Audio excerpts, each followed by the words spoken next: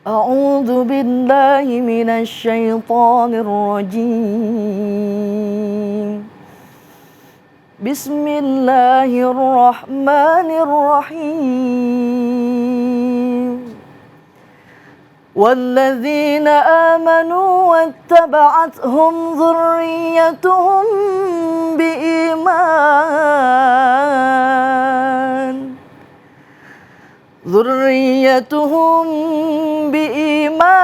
ألحقنا بهم ذريتهم وما ألتناهم من عملهم من شيء كل امرئ بما كسب رهين. Shadaqallahul azim.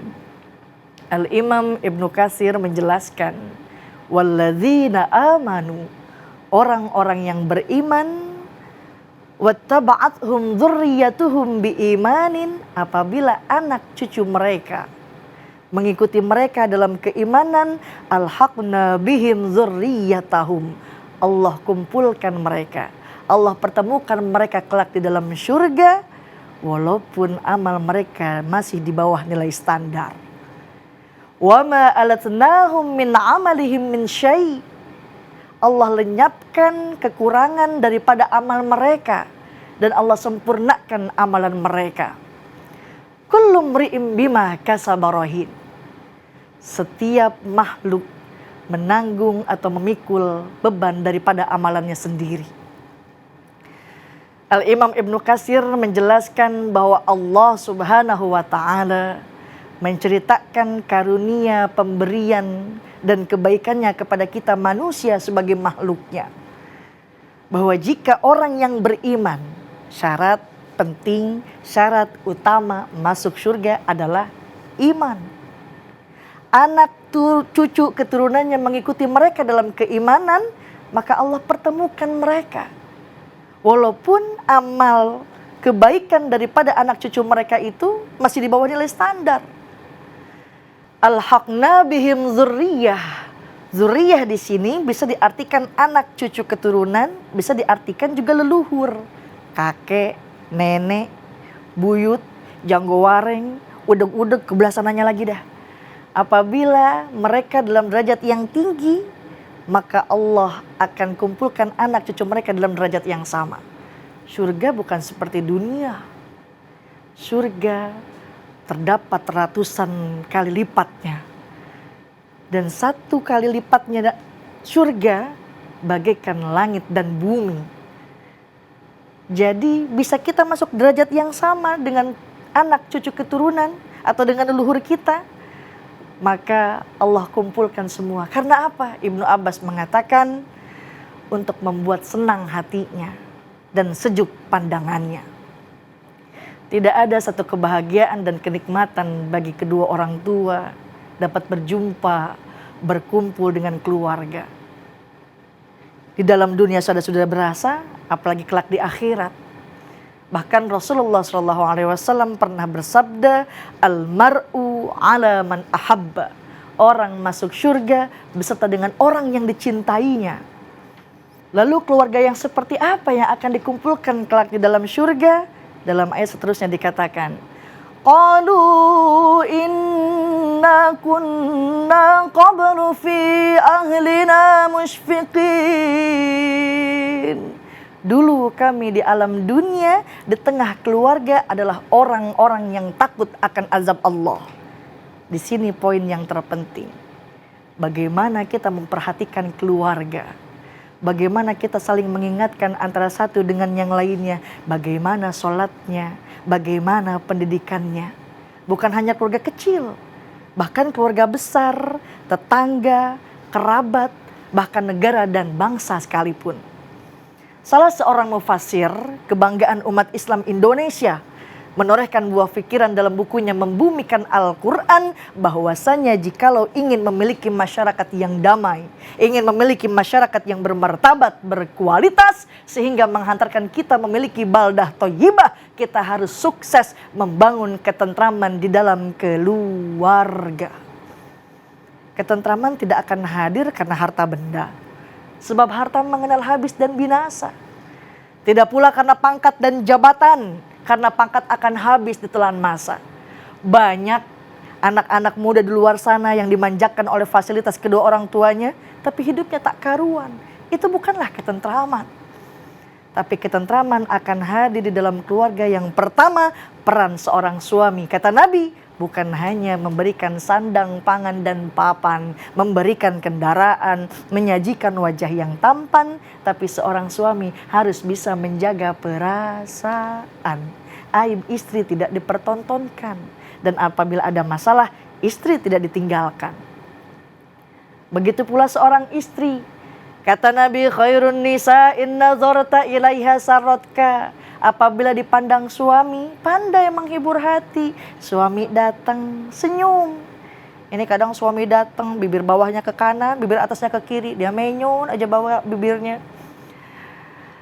Yang pertama itu khairun nisa inna zorta ilaiha sarotka. Dipandang suami, pandai menghibur hati. Suami datang, senyum, cium tangan bolak-balik sama suami, pahalanya masuk surga.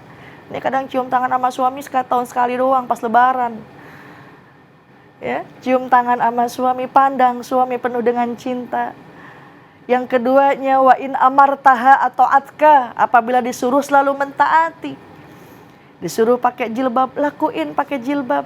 Tutup aurat, ikutin tutup aurat. Jangan keluar rumah tanpa izinnya, ikutin kata suami. Wa in ghibta anha hafidatka fi malika wa nafsiha. Tatkala suami jauh, bisa menjaga harta dan dirinya. Pasangannya soleh-soleha, kelak mendapatkan zurriyah yang thayyibah. Lakukan juga hakul walad alal walid, haknya anak terhadap orang tua. Yang pertama, ayyusamma idza wulid, dikasih nama yang baik. Kasih nama anak yang ada artinya. Ini kadang pengen punya anak biar keren, namanya linglung. Punya anak pengen harus nama Arab, boleh pakai nama Al-Quran, boleh pakai nama-nama di bahasa Arab, tapi yang tahu ada artinya. Ini kasih nama anak sembarangan aja, kasih nama Ijroil. Bapaknya sakit, Pak, Ijroil datang, ya kejang-kejang bapaknya. Ya, ayyusamma idza wulid, dikasih nama yang baik karena nama adalah sebuah doa. Yang kedua, falyuhsin adabahu, berikan didikan yang baik. Simpan di pengajian, titipkan di pondok pesantren. Boleh jadi dokter, silahkan. Jadi aparatur silahkan, tapi ingat yang punya basic agama dan tentunya bisa ngaji. Yang ketiga, falyatazawwaz iza balag, dinikahin apabila sudah balik. Kewajiban orang tua ditunaikan, pun anak-anak menjadi anak yang soleh-solehah, Masya Allah. Apa yang diberikan, famanallahu alaina, Allah telah karuniakan kepada kami apa? Mala ainun ra'at, apa-apa yang belum pernah dilihat oleh mata. Wala uzunun sami'at, apa-apa yang belum pernah didengar oleh telinga, yaitu nikmatnya surga. Dan poin yang kedua, selain kita memperhatikan keluarga, inna kunna min qablu nad'u, dulu kami di alam dunia nad'u, berdoa kepada Allah. Bukan hanya beramal dan beramal, tapi harus disertai doa. Rabbi habli minas sholihin, ya Allah jadikanlah anak, cucu, keturunanku menjadi orang yang soleh dan solehah. Allah janjikan orang yang berdoa kepada Allah, ud'uni fastajib lakum, doalah kepadaku kata Allah maka aku akan kabulkan doa kalian. Doalah dengan doa yang sebenar, bukan hanya doa untuk menggugurkan kewajiban. Khusyukkan, pautkan kita hanya kepada Allah subhanahu wa ta'ala. Innahu huwal barrur rahim, sesungguhnya Allah paling banyak karunia-Nya, maha banyak kasih sayangnya untuk kita sebagai makhluknya. Allahu ta'ala a'lam.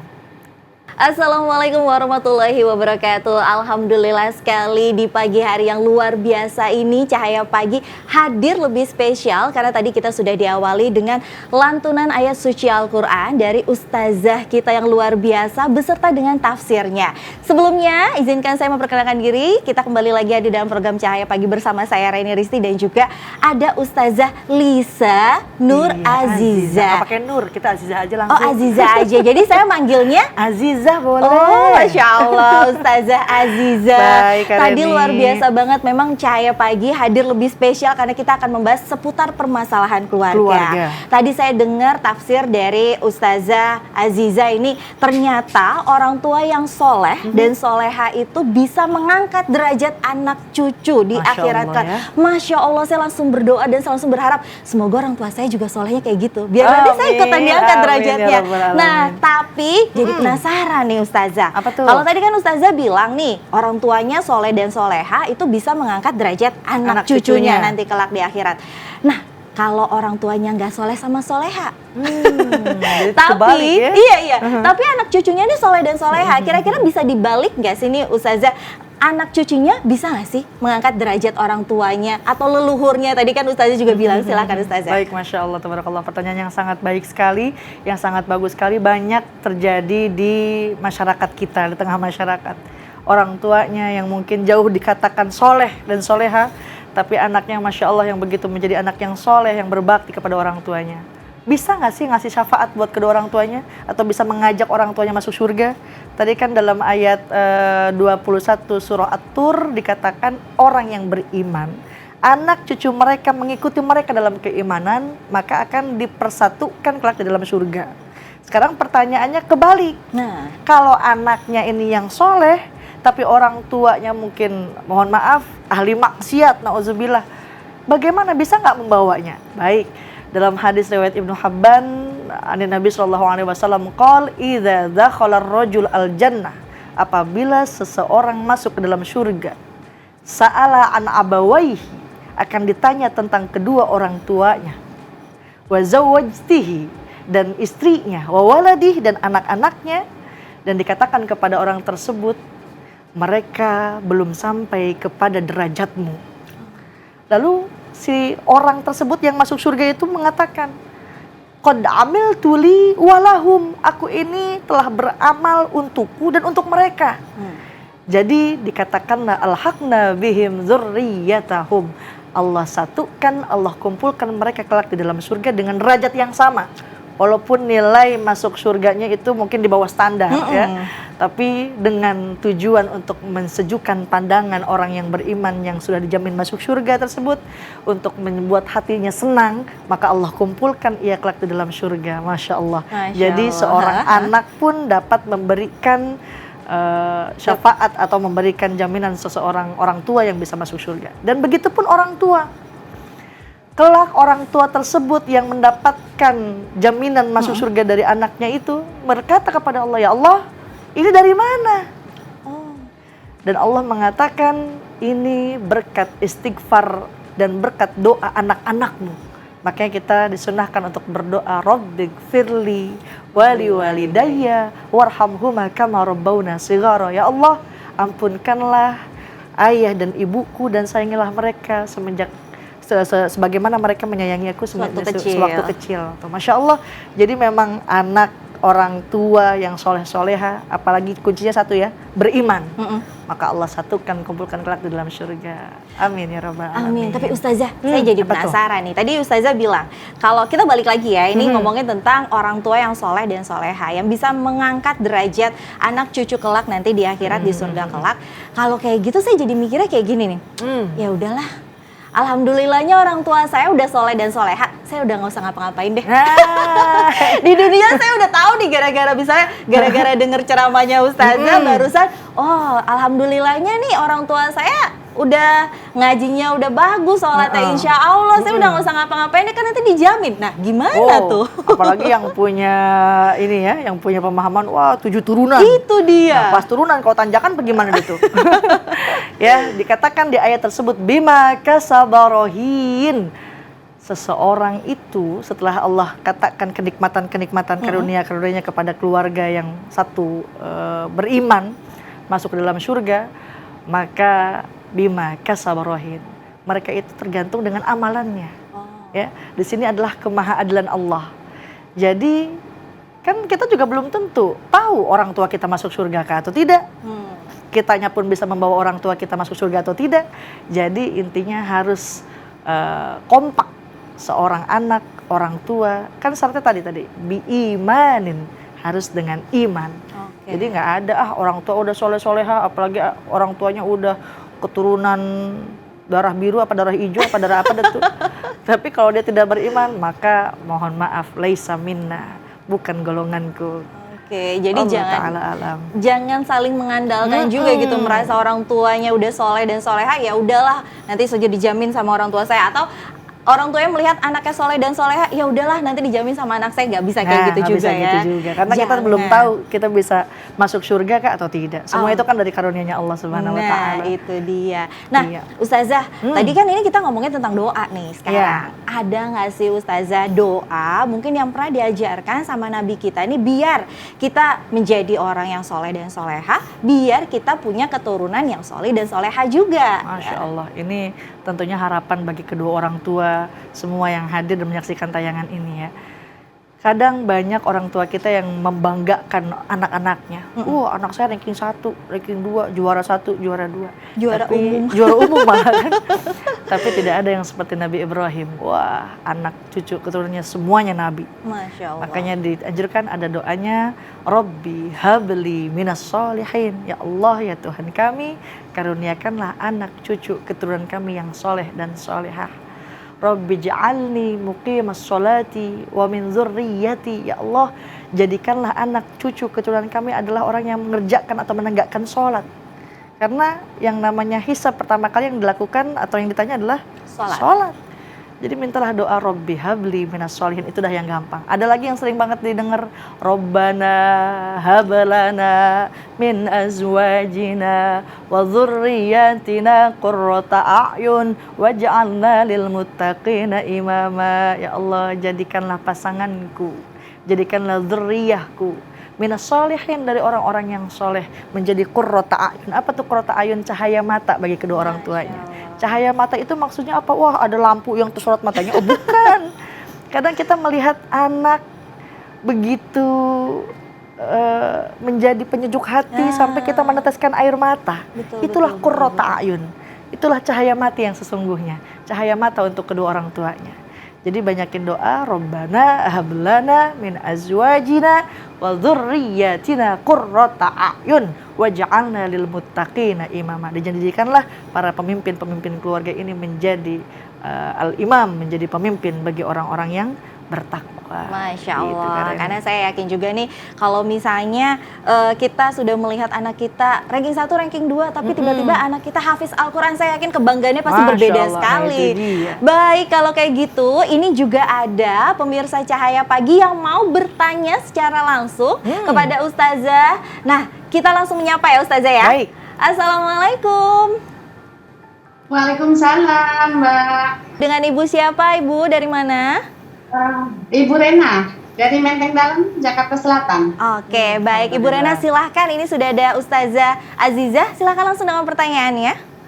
Assalamualaikum Ustazah. Waalaikumsalam warahmatullahi wabarakatuh. Begini Ustazah, saya kan memiliki orang tua yang sudah berusia lanjut dengan memori yang sedikit sudah pikun atau lupa-lupa ingat begitu.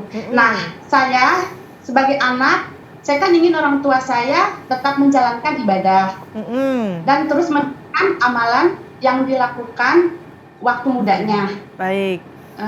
Di pertanyaannya saja, bagaimana cara yang harus saya lakukan sebagai anak untuk membantu orang tua saya agar terus beribadah padahal mereka sudah dalam kondisi lupa-lupa ingat, begitu saja. Baik, ini Masya Allah ciri anak yang solehah nih, yang pengen orang tuanya tetap melakukan amal kebaikan, tetap melakukan amalan yang kesehariannya beliau waktu lakukan semenjak dulu, agar kelak nanti berkumpul di dalam surga ya Bu Rena ya. Insya Allah. Baik, yang pertama, pikunnya itu ada 2 kategori. Pikun sekunder yang on off. Kalau on berarti lagi ingat. Kalau off ya udah total pikun, nggak boleh dipaksain. Kesian nenek-nenek. Karena nenek-nenek dipaksain tadi malah ngejengkang. Ya.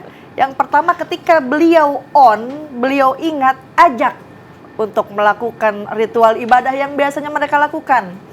Baca doa, zikir subuh, zikir pagi, zikir sole, atau baca sholawat, atau kadang sudah nenek-nenek kadang biasanya masih ingat ayat kursi, masih ingat kulhu, al-falak, al-ikhlas. Ibu arahkan ya, itu kalau lagi on, tapi kalau off sudah biarkan, karena tidak ada beban mukallaf kepada orang yang pikun. Beban ibadah, pahala ataupun dosa meninggalkan ibadah itu bagi orang yang mukallaf. Apa itu mukallaf? Orang yang berakal. Tapi kalau orang yang tidak berakal ya kasobi, seperti anak kecil. Ya, jadi jangan dipaksakan. Nah, kalau misalkan udah pikunnya total, pikunnya permanen, maka sudah tidak ada kewajiban baginya, sudah tidak ada kewajiban untuk mengkodok sholatnya, untuk mengganti puasanya. Jadi sudah tidak ada dosa dan tidak ada pahala untuk mengalir. Tapi apabila ada satu hadis Rasulullah SAW, apabila orang tersebut dawam, apa itu dawam? Istimror, senantiasa melakukan setiap hari dari waktu masih kecil, mungkin masih TK kayaknya, sampai udah nenek-nenek, tapi beliau selalu berzikir atau membaca ayat-ayat pilihan, al-ma'surat, maka berkesinambungan pahalanya sampai masuk ke dalam kubur. Karena bukan harta puluhan miliar yang akan dibawa, bukan juga sawah puluhan hektar, bukan juga ratusan pabrik yang berjajar, tapi iza mata ibnu Adam, apabila anak Adam meninggal, in qata'a amaluh, semua amalnya terputus, illa min salas, kecuali 3 perkara. Yang pertama, doa daripada anak yang soleh soleha. Yang kedua, sodakoh jariyah. Yang ketiga, al ilmu yantafa'u bih, ilmu yang bermanfaat. Itu yang senantiasa akan dibawa kelak ke dalam alam barzah, ke dalam akhirat nanti. Jadi ibu, saran saya senantiasa bersabar ya untuk mengarahkan orang tua. Dulu waktu masih punya anak kecil, nanya mulu. Lihat kulkas, "Mak, ini apaan?" "Tomat." "Ini apaan, Mak?" "Cabai." "Ini buat apaan lagi?" Banyak pertanyaannya.